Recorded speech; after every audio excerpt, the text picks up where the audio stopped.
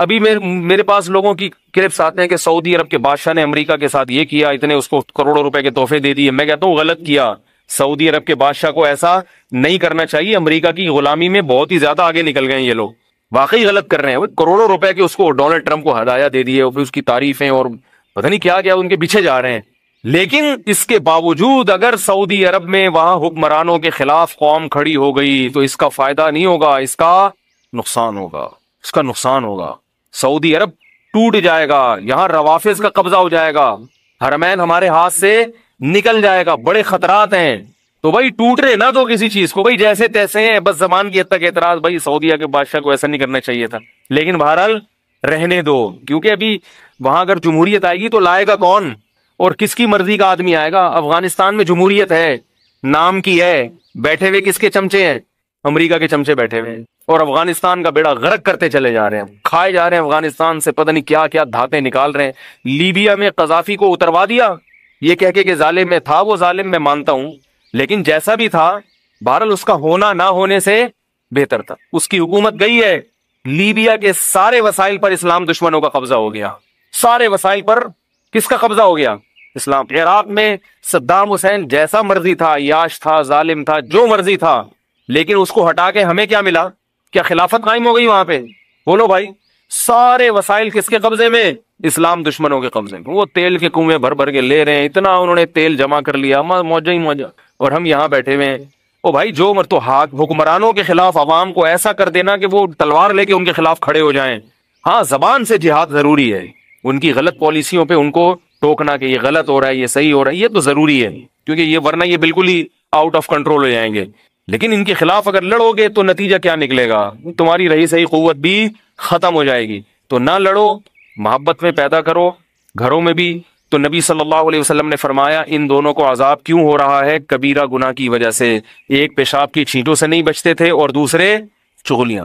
اور پھر آپ صلی اللہ علیہ وسلم نے شاخ رکھی ہری، فرمایا جب تک یہ ہری ہے لعلہ یخفف عنہما، شاید ان پر عذاب کم ہو جائے گا. تو اب یہاں ایک بات ہے، یہ یاد رکھو قبروں پہ ہری شاخیں لگانا جائز نہیں ہے. یہ نبی کی خصوصیت تھی، کیونکہ کسی صحابی سے یہ ثابت نہیں ہے کہ انہوں نے قبر پہ درخت لگایا ہو یا شاخ لگائی ہو. تو یہ غلط ہے، لوگ قبروں پہ درخت لگا دیتے ہیں. درخت لگائیں گلی محلے میں جہاں پبلک ہوتی ہے. مردے پبلک کے حکم سے خارج ہو گئے ہیں. آپ کہیں گے وہاں بھی تو بہت زیادہ پبلک ہے، لیکن ان بیچاروں کو درختوں سے کوئی فائدہ نہیں ہوتا، وہ تو خود درخت کی کھاد بن جاتے ہیں بیچارے. تو جڑیں قبروں میں چلی جاتی ہیں تو ان کو کوئی فائدہ نہیں ہے. بلکہ اور یہ قبرستان میں درخت لگانے کا ایک نقصان یہ ہوتا ہے کہ سارے ہیروئنچی چرسیوں کو وہاں چھپنے کی جگہ مل، سارے زانی وہاں پہنچ جاتے ہیں، سارے عامل اور جادوگر وہاں پہنچ جاتے ہیں. تو اب آپ جا کے دیکھو یہ اتنے گھنے قبرستان ہیں کہ اس میں مردوں کو تو کوئی فائدہ نہیں ہو رہا. مردہ تو قبر کے اندر ہے نا، اس کو تو ایئر کنڈیشن بھی لگا دو بیچارہ، اس کے لیے تو یہ دنیا ختم ہو گئی اس کا. بلکہ مردوں کو نحوست ہو رہی ہوگی، ان کی جو وہاں پر جو غلط حرکتیں ہو رہی ہیں اس کی نحوست شاید مردوں کو نقصان نہ پہنچا رہی ہو. تو اس لیے درخت لگاؤ. زندوں کو ضرورت ہے بھائی درختوں کی، مردوں کو درختوں کی ضرورت بولو بھائی نہیں ہے. زندہ کو ضرورت ہے درخت کی، تاکہ وہ تھوڑے دن اور زندہ رہ سکے. وہ بھی یہ عجیب و غریب سوال ہے بھائی. کیا شوہر کے سامنے ڈانس کر سکتے ہیں؟ ناہید خان انڈیا سے، میرے شوہر سے میری بہت لڑائی ہوتی ہے، وہ بھی مجھے برا بھلا بولتے ہیں اور میں بھی بہت کچھ بول دیتی ہوں. کیا میری بد کلامی کی معافی ہو جائے گی؟ یہ تو شوہر سے پوچھیں، وہ بتائے گا آپ کو. معافی مانگ لیا کریں، شوہر کے سامنے زبان نہ چلائے کریں. شوہر کو بھی چاہیے اپنے اخلاق اچھے رکھے، لیکن ماتحت پہ ذمہ داری زیادہ ہوتی ہے. شوہر ہونے کے ساتھ ساتھ گھر کا سربراہ بھی ہے. تو اگر کبھی اونچ نیچ ہو جائے تو اپنی آواز کو پست کر لیں، تھوڑا برداشت کر لیں، اس سے شوہر کے دل میں محبت ہی پیدا ہوگی. تو میں نہیں کہہ رہا کہ شوہر اونچی آواز سے چیخ چیخ کے بات کرتا ہے کوئی اچھا کام کرتا ہے، لیکن گھر کو چلانے میں گھر کے اندر چونکہ اس کی حیثیت سربراہ کی ہے، تو اس لیے آپ دیکھیں نا جب دفتروں میں باس جب ڈانٹتا ہے نا تو امپلائیز آگے سے جواب نہیں دیتے، ان کو پتہ ہے یہ نکال دے گا جاب سے ہمیں. تو شوہر گھر میں نہیں کہہ رہا کہ وہ اس باس کی طرح جو کمپنی میں باس ہوتا ہے، لیکن بہرحال ایک درجہ اللہ نے اس کا بلند تو کیا ہے نا، تو اللہ کی خاطر اس کی اونچ نیچ کو برداشت کر لینا چاہیے. اور میں نے دیکھا ہے جو خواتین شوہر کے غصے کو برداشت کر لیں، تھوڑی دیر کی ٹینشن ہوتی ہے لیکن اس سے بہت سارے فائدے حاصل ہوتے ہیں، گھر ٹوٹنے سے بچتے ہیں، بہت سارے بینیفٹس، بہت سارے فائدے شوہر سے ان کو مل جاتے ہیں. شوہر کو شریعت نے یہی حکم دیا ہے کہ تم میں سب سے اچھا وہ ہے جو جس کے اخلاق اپنی زوجہ کے ساتھ اچھے ہیں. لیکن عورت کو شریعت نے یہ حکم دیا ہے کہ اگر شوہر کی طرف سے اونچ نیچ ہو جائے تو عورت کو چاہیے وہ حتی الامکان برداشت کرے. ہاں ایک ہر برداشت کی ایک لمٹ ہوتی ہے، لیکن بہرحال جتنا برداشت کر سکتی ہیں برداشت کریں، اس سے گھر جنت بنے گا۔ دونوں ہی لڑنا شروع کر دیں تو پھر تو گھر ٹوٹتے ہیں ایسی صورت میں۔ قاسم محمد فیصل آباد سے، دیکھو اس کی مثال ایسے ہے کہ آگ میں آپ پیٹرول ڈال دیں تو وہ تو بھڑک جائے گی نا، آگ میں ہمیشہ پانی ڈالا جاتا ہے۔ شوہر غضبناک ہے، جیسے توے پہ بیٹھا ہوا ہے، ایسا ہی ہوتا ہے عام طور پہ، 2 فٹ اچھل رہا ہے، تو بیوی بھی اسی طرح اچھلنا شروع کر دے، اس کا مطلب تو ہے وہ پہلے آگ لگی ہوئی تھی، آپ نے اس میں پیٹرول ڈال دیا، تو اس کا رزلٹ کیا نکلے گا؟ تباہ ہو جائے گا گھر۔ ہم نے اپنے بڑوں میں دیکھا ہے، ایک کو غصہ آتا تھا، دوسرا تھوڑا برداشت کر لیتا تھا، بہت دیکھا ہے ہم نے یہ۔ شوہر کو پتا ہے بیوی بہت تپی ہوئی ہے آج، تو تھوڑا سا میں برداشت کر لوں، بیوی کو پتا ہوتا ہے آج میرے میاں کا میٹر شارٹ ہے تو تھوڑا سا آج میں اپنی زبان پہ کنٹرول کر لوں، تو کنٹرولنگ سسٹم ہی ختم ہو رہا ہے۔ اور یہ ڈرامے فلمیں میڈیا نے برباد کیے، زیادہ تر فلموں میں چیخ چیخ کے، ڈراموں میں چیخ چیخ کے جب دکھاتے نا شٹ اپ، یہ کرو وہ کرو اور دفع ہو جاؤ، تو یہی چیزیں ماشاءاللہ گھر میں چلیں گی۔ پھر یہ سب چیزیں ہمارے لاشعور پہ اثر کرتی ہیں، اور انسان لاشعوری طور پر انہی چیزوں کو اختیار کرنا شروع کر دیتا ہے۔ بہرحال عورت کے لیے شوہر کا بہت بڑا حق ہے، نبی نے فرمایا جس عورت کا شوہر راضی نہیں ہے وہ عورت جنت میں نہیں جا سکتی، اور یہ اس شوہر کے بارے میں جو بیسک حقوق پورے کر رہا ہو، بیسک حقوق، اونچ نیچ تھوڑی بہت ہر گھر میں ہوتی ہے۔ اچھا بھائی، روزیہ بی میانمار سے یعنی برما سے انہوں نے سوال پوچھا ہے، کیا لڑکیاں اپنے بالوں کو مشین سے سیدھا کر سکتی ہیں؟ جی بالکل سیدھا کر سکتی ہیں، کوئی حرج نہیں ہے اس میں۔ جن کے سیدھے بال ہیں وہ مشین سے ٹیڑھا بھی کر سکتی ہیں۔ عجیب فیشن ہے، جن کے خواتین کے سیدھے بال ہوتے ہیں وہ مشین کے ذریعے ان کو گھنگریالے بنا رہی ہوتی ہیں، جن کے گھنگریالے ہوتے ہیں وہ سیدھا کر رہی ہوتی ہیں ان بالوں کو، خیر جیسے اچھا لگے۔ ممبئی انڈیا سے، میں اپنی خالہ کی بیٹی کو پسند کرتا ہوں اور وہ بھی مجھے پسند کرتی ہے، کیا ہم دونوں واٹس ایپ پر بات کر سکتے ہیں؟ شریعت میں اس کا کیا حکم ہے؟ اگر پسند نہ کرتے ہوتے نا تو وہ ضرورت کی بات کی گنجائش ہوتی، چونکہ پسند کرتے ہیں اس لیے بالکل گنجائش نہیں بات چیت کرنے کی۔ آپ نکاح کر لیں، اس سے نکاح ہو جائے پھر آپ بات چیت کریں، نکاح نہیں ہے تو آپ کے لیے نامحرم ہے اور فتنے کا شدید خطرہ ہے اس میں، آپ کی ڈیزائرز اس کے لیے، اس کی خواہشات آپ کے لیے، تو یہی تو غیر محرم سے جائز نہیں ہے، ایسا رشتہ آپ کے لیے جائز نہیں ہے واٹس ایپ پہ اس سے بات چیت کرنا، یہ پیکیج آپ کے لیے تو ہے ہی نہیں۔ ویسے تو کسی کے لیے بھی نہیں ہے اپنی خالہ زاد بہن سے بے تکلف ہونا، کیونکہ وہ سگی بہن نہیں ہوتی، لیکن بہرحال ضرورت کے وقت بات کرنی پڑ جاتی ہے بعض دفعہ، لیکن آپ کا تو کیونکہ ایک دوسرے کی طرف میلان ہے، آپ کے لیے تو ضرورت کے وقت بھی بات صحیح نہیں ہے، بلکہ کسی کے ذریعے سے کوئی بہت ضروری بات بھی ہو تو کسی ذریعے سے پیغام دلوائیں آپ، کہ آپ کے خراب ہونے کا بہت خطرہ ہے، بہت خطرہ۔ اویس صاحب کشمیر سے کہتے ہیں، کیا شادی سے پہلے لڑکا اور لڑکی کے نام کا جوڑ دیکھنا ضروری ہے؟ نام کا کوئی جوڑ ووڑ نہیں ہوتا، بعض دفعہ چنگیز خان کی بیٹی کی شادی ہو رہی ہوتی ہے بزدل خان کے بیٹے سے، اور شوہر کا نام چنگیز خان ہوتا ہے، بیوی کا نام اچھا وہ ہوتا چنگیز خان ہے، اور پرسنالٹی اس کی ایسی ہوتی ہے کہ گیروں والی پرسنالٹی ہو سکتی ہے اس کی، تو نام سے کو زیادہ وہ لفٹ نہ کرایا کریں، اور یہ جو ناموں کے جوڑ نکال کے دیکھ رہے ہوتے ہیں یہ شادی اس کی میچنگ کی ہے، یہ سب بیکار باتیں ہیں، توہم پرستی ہے جس سے نبی صلی اللہ علیہ وسلم نے روکا ہے۔ مجھے یاد ہے پرانے دور میں ایک دفعہ میں کہیں کسی کے پاس بیٹھا ہوا تھا، وہ جعلی پیر تھا، مجھے نہیں پتا تھا، تو ایک شخص آیا کہ جی میری بیٹی سسرال میں بہت پریشان ہے، تو بہت ظلم کر رہا ہے میرا داماد، تو اس جعلی پیر نے کہا کہ تمہیں میں نے بتایا تھا کہ دونوں کے پتھر ملتے نہیں ہیں، اس کے پتھر الگ ہے، اس کا پتھر الگ ہے، پتہ نہیں کیا نکالا ہوا تھا، تو میں نے تو پہلے ہی کہہ دیا تھا یہ جوڑ کی شادی نہیں ہے۔ تو یہ پھینکو ہوتے ہیں، بہت سے گھروں میں لڑائیاں ہوتی ہیں، بہت سے گھروں میں نہیں ہوتی، اس کا پتھر سے کوئی تعلق نہیں ہے۔ تو وہ آدمی ایسا عقیدت میں پاگل ہوا جا رہا تھا نا اس پیر کے، کہ یار پیر صاحب نے تو بتایا تھا کہ پتھر دونوں کے میچ نہیں کرتے، تو پیر صاحب پھینکو تھا ایک نمبر کا، اور اپنی بیوی کمبخت کی لڑکے گئی ہوئی تھی، تو ایسے لوگوں کی نا اکثر یہی ہوتا ہے، اپنی بیویاں لڑکے گئی ہوئی ہوتی ہیں، تو یہ جہالت کی چیزیں ہیں جس کو اسلام نے ختم کیا ہے۔ تبھی تو ہمیں بتایا گیا کہ جو کاہن کے پاس آئے، نجومی کے پاس آئے، جو اس طرح کی باتیں کرتے ہیں ستاروں اتاروں کی، تو اس نے اللہ اور اس کے رسول صلی اللہ علیہ وسلم کا انکار کیا، قرآن کا انکار کیا۔ حدیث کا مفہوم پیش کر رہا ہوں اپنے الفاظ میں، کیونکہ قرآن کہتا ہے غیب کا علم اللہ کے سوا کسی کو نہیں ہے، تو پتھروں سے کچھ نہیں پتہ چلتا، نہ ناموں سے پتہ چلتا ہے کہ یہ جوڑ ہے یا بے جوڑ ہے، عادتوں سے پتہ چلتا ہے، خاندان سے پتہ چلتا ہے، لہذا عادت کو، خاندان کو، فیملی کو، ان چیزوں کو فوکس کرنا چاہیے کہ خاندانی لوگ ہیں یا نہیں ہیں۔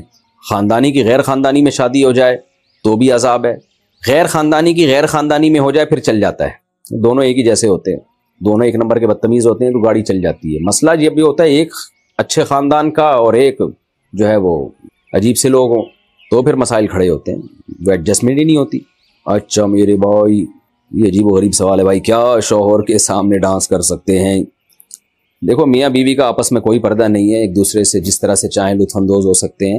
شریعت نے کچھ پابندیاں لگائی ہیں میاں بیوی پہ، وہ بہت دفعہ میں بتا چکا ہوں، وہ شریعت سے ثابت ہیں اور وہ اجماعی مسائل ہیں، ان کو دوبارہ تذکرہ کرنے کی ضرورت نہیں ہے۔ تو جب میاں بیوی ایک دوسرے سے ہر طرح سے لطف اندوز ہو سکتے ہیں تو میاں بیوی کا معاملہ ہے، جو چاہیں کریں بھائی۔ بعض علماء اسے ناجائز کہتے ہیں بیوی کا شوہر کے سامنے ڈانس کرنا، لیکن اس کے ناجائز ہونے کی کوئی دلیل نہیں ہے۔ تو بعض بڑے متدین علماء سے میں نے یہ مسئلہ سنا ہے، وہ کہتے ہیں کہ اس کے ناجائز ہونے کی کوئی دلیل نہیں ہے۔ تو بعض دفعہ ٹھیک ہے، جو علماء ہیں، مشائخ ہیں، ان کا ایک مقام ہوتا ہے، مرتبہ ہوتا ہے، ان کو اپنی بیوی پہ بھی یہ چیز پسند نہیں ہے کہ وہ ہمارے سامنے ڈانس کرے، لیکن یہ کہ ظاہر ہے شریعت پر آپ اپنے مزاج کو نہیں داخل کر سکتے۔ ایک حیا ہونا ایک الگ چیز ہے، میاں بیوی کے مزاج میں حیا غالب ہو تو حیا تو جتنی زیادہ ہو شریعت اس کو پروموٹ کرتی ہے، لیکن شریعت نے ہمیں یہ بھی بتایا ہے کہ میاں بیوی کا ایک دوسرے سے پردہ نہیں ہے، وہ ایک دوسرے سے کسی بھی طرح سے جائز حدود کے اندر لطف اندوز ہو سکتے ہیں۔ تو اس عمل کے ناجائز ہونے کی کوئی دلیل نہیں ہے۔ باقی کسی کی طبیعت میں حیا کا بہت زیادہ غلبہ ہو تو اچھی بات ہے، حیا جتنی زیادہ ہو اتنا اچھا ہے بھائی۔ حسان امیتھی، قضا نماز میں کتنی رکعتیں پڑھنی چاہیے؟ 5 قضا نمازیں پڑھنے کا صحیح طریقہ بتا دے بھائی۔ قضا نماز میں اتنی ہی پڑھنی چاہیے جتنی ادا نماز میں، البتہ سنت موقدہ چھوڑ دیں، صرف فرض پڑھیں اور وطر بھی پڑھیں کیونکہ وہ واجب ہے، حدیث سے اس کا لازم ہونا ثابت ہے۔ ان اللہ زادکم صلاۃ الا وہی الوتر، صحیح حدیث ہے۔ اللہ نے ایک اور نماز کا اضافہ کر دیا، وہ وطر ہے۔ من لم یوتر فلیس منا، جو وطر نہیں پڑھتا وہ ہم میں سے نہیں ہے۔ تو اس لیے دو رکعت فجر کی، ہاں جو نمازیں سفر میں قضا ہوئی ہیں اگر ان کو آپ اپنے مقام پہ پڑھیں گے تو وہ 2 رکعتیں ہی رہیں گی، وہ 4 نہیں ہو جائیں گی۔ اور جو نمازیں آپ کی مقام پہ قضا ہوئی ہیں وہ اگر سفر میں قضا پڑھیں گے تو 4 رکعتیں ہی پڑھیں گے آپ اس میں۔ مرچی کا پودا لگانا کیسا ہے؟ اور شریعت میں کیکٹس کا پودا لگانے میں کوئی برائی تو نہیں؟ کیکٹس میں نے نیٹ پہ دیکھا تو کانٹوں دار ایک پودا ہے، تو کوئی برائی نہیں بھائی۔ ہاں کسی کو کانٹے چبونے کی نیت سے لگائیں تو ایک الگ بات ہے، پودا کوئی بھی لگایا جا سکتا ہے۔ اب باقی مرچی کا پودا لگانا اگر غلط ہے تو میرا تو کھانے کا ٹیسٹ ہی ختم کر دیا آپ نے۔ کھانے میں تو ہری مرچیں بہت کھاتا ہوں بھائی، جب دعوت میں جاتا ہوں لوگ میرے سامنے ہری مرچیں لا کے رکھ دیتے ہیں، اور سالن میں پکی ہوئی ہری مرچیں الگ سے میں تلاش کر رہا ہوں، ان میں زیادہ ٹیسٹ ہوتا ہے۔ تو اگر پودا لگانا ہی ناجائز ہو گیا تو ہماری آپ نے زندگی کی خوشیاں چھین لی میرے بھائی۔ تو جائز ہے، کوئی حرج نہیں۔ میرا خیال ہے آپ کا مقصد یہ ہے کہ شاید کھیتوں میں تو صحیح ہو، گھر کے اندر مرچی کا پودا لگائیں گے تو ایسا نہ ہو سب کو مرچیں لگ جائیں۔ پودا لگانے سے مرچیں نہیں لگتی، مرچ کھانے سے مرچیں لگتی ہیں۔ تو اگر کوئی میری طرح کچی مرچیں کھانا شروع کر دے اور اس کو عادت نہ ہو، میری طرح عادت نہ ہو، تو پھر اس کو مرچیں لگیں گی اور پھر وہ ٹینشن دے گا۔ تو مرچ کا پودا لگائیں، آرگینک چیزیں کھائیں، لیکن جس کو مرچوں کی عادت نہیں ہے اس کو اچانک ہری مرچ کچی نہ کھلا دیں آپ، تو اس سے پھر اس کو مرچیں لگیں گی اور پھر وہ دوسروں کو بھی مرچیں لگائے گا۔ اچھا میرے بھائی، نائٹس کمپنی میں جاب کرنا حلال ہے یا حرام؟ نائٹس یہ کیا ہے بھائی؟ نائٹ شفٹ شاید مراد ہوگا، یعنی نائٹ ڈیوٹی جو کرتے ہیں، جائز ہے، کام حلال ہے تو جائز ہے۔ جاوید صاحب دہلی سے، انڈیا سے، میں جیسے ہی استنجا کرتا ہوں تو فوراً پیشاب کا قطرہ آ جاتا ہے، پھر دوبارہ استنجا کرنے کے بعد بھی ہلکا پھلکا قطرہ آ جاتا ہے، تو میں اس صورت میں کیا کروں؟ کیا نماز ادا ہو جائے گی؟ دیکھیں میرا ایک کلپ موجود ہے تفصیل سے، وہ آپ دیکھ لیں کہ جن کو بار بار پیشاب کا قطرہ آتا ہو وہ وضو کیسے کریں۔ نیٹ پہ لکھیں گے نا، یہ آ جائے گا، میرا نام لکھ کے سرچ کریں گے آ جائے گا، وہ کلپ آپ دوبارہ دیکھ لیں۔ محمد سہیل انڈیا سے، شیئر مارکیٹ میں پیسہ لگانا جائز ہے یا نہیں؟ جائز ہے، اس شرط کے ساتھ کہ جس کمپنی کے شیئر آپ خرید رہے ہیں وہ کمپنی جائز چیزوں کو خریدتی اور بیچتی ہو۔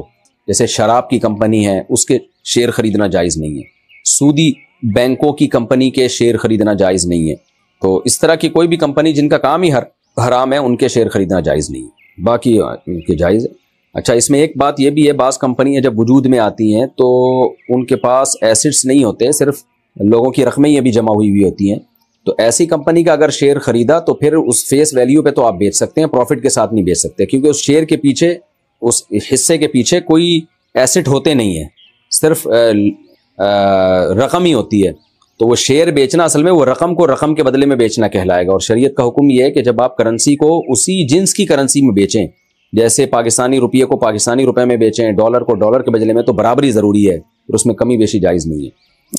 اور اگر اس کمپنی کے ایسٹس ہیں، جیسے عام طور پہ کمپنیوں کے ہوتے ہیں، وجود میں آ گئی ہے، اس کے پیچھے یعنی کچھ چیزوں کی خرید و فروخت کر رہی ہے، پھر شیئر کو آپ نفع اور نقصان پہ بیچ سکتے ہیں، لیکن شیئر پہ قبضہ ہونے کے بعد، یعنی وہ آپ کے نام ٹرانسفر ہو جائے، اور اس میں بھی اسپاٹ سیل ہوگا، اس میں آپ فیوچر سیل، فارورڈ سیل یہ جائز نہیں ہے۔